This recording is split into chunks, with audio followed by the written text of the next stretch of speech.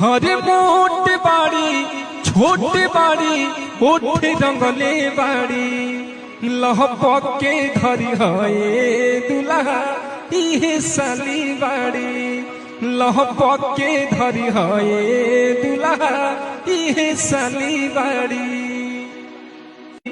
हरे मोटे बाड़ी छोटे बाड़ी ओठे जंगले बाड़ी लहपक के धरी है दुल्हा इहे साली बाड़ी लहपक के धरी है दुल्हा इहे साली बाड़ी। हरे मोटे बाड़ी छोटे बाड़ी ओठे जंगले बाड़ी लहपक के धरी है दुल्हा इहे साली बाड़ी लहपक के धरी है दुल्हा इहे साली बाड़ी। हरे मोटे बाड़ी छोटे